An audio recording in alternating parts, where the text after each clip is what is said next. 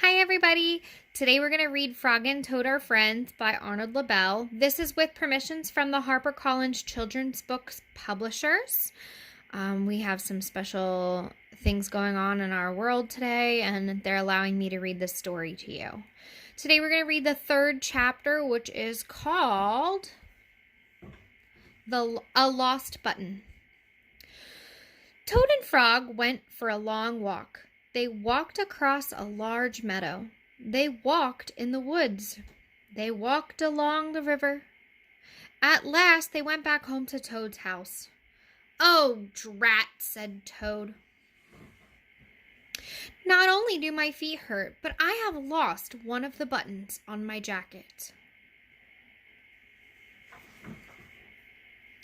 "Don't worry," said Frog. "We will go back to all the places where we walked. We will soon find your button." They walked back to the large meadow.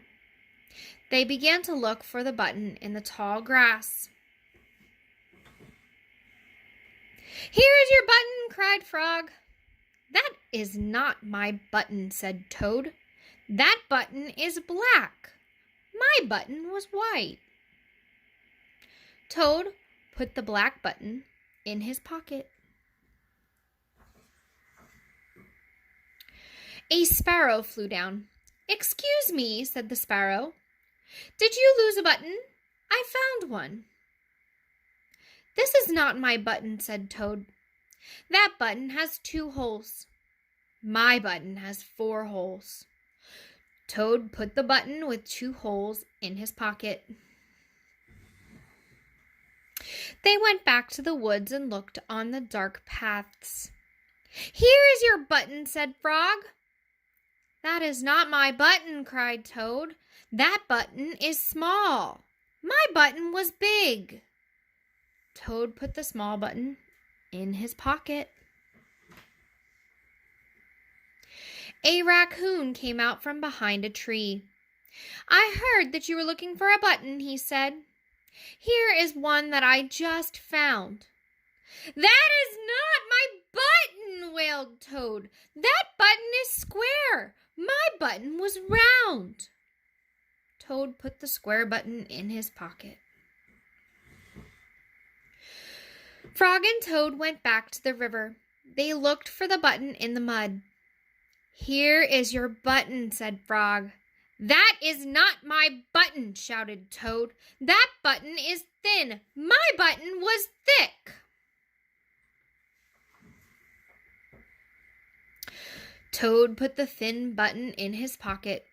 He was very angry.